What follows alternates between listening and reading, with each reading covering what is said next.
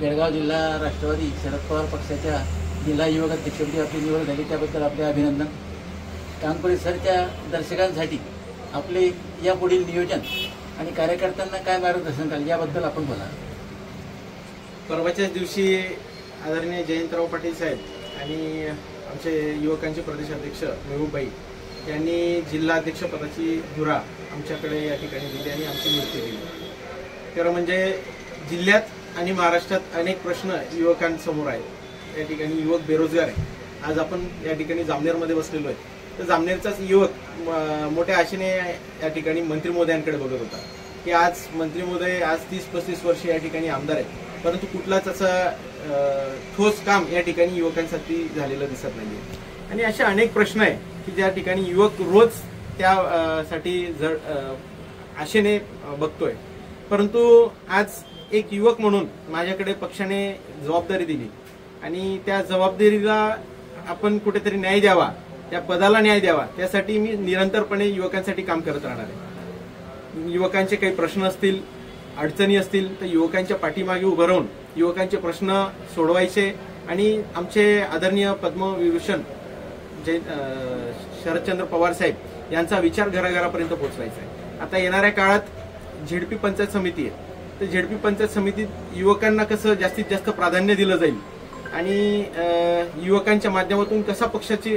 वाढ या ठिकाणी होईल आणि जास्तीत जास्त पक्षाचे लोक झेडपी पंचायत समिती, येणाऱ्या ग्रामपंचायत, नगरपालिका आहेत, या ठिकाणी युवक कसा पुढे जाईल याकडे आमचं पूर्ण युवक राष्ट्रवादी काँग्रेसच्या वतीने आमचं प्रयत्न राहील।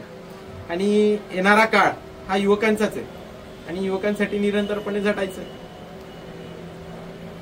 आता जिल्ह्यात जेव्हा निवडणुका होतात तेव्हा प्रस्थापितांनाच उमेदवारी दिली जाते, युवकांना डावललं जातं, याबाबत तुम्ही काय भूमिका घ्याल? राष्ट्रवादी काँग्रेस पक्ष आपण बघितलं असाल की या मागच्या विधानसभेला सुद्धा की बरेच नवीन चेहरे आमच्या पक्षाने दिले। खरं म्हणजे हा तरुणांचा पक्ष आहे, कारण आमचे आदरणीय शरदचंद्र पवार साहेब जरी 85 वर्षाचे असले पण ते एका तरुणाला लाजवेल असं आमचं ते नेतृत्व आहे। आणि या विधानसभेलाही जास्तीत जास्त तरुण आमच्या पक्षाकडून दिले गेले आणि येणाऱ्या झेडपी पंचायत समितीला सुद्धा तशीच आमची रचना राहील।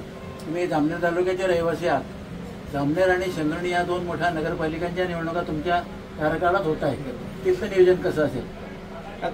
आताच माझ्याकडे जबाबदारी आली तर पहिले आपले जे आमचे वरिष्ठ नेते आहेत त्यांना विश्वासात घेऊन आम्ही आता कामकाजाला सुरुवात करतोय आणि आता अवकाश असल्यामुळे आम्ही आता नियोजन करतोय की गाव तेथे शाखा, घर तेथे झेंडा हे आमचं नियोजन असणार आहे की जास्तीत जास्त पक्षाची वाढ होऊन आम्ही तरुणांनाच प्राधान्य कसं दिलं जाईल त्याकडे बघणार आहे। कारण आज तरुणच आहे की जो काहीतरी बदल घडवू शकतो, परिवर्तन करू शकतो।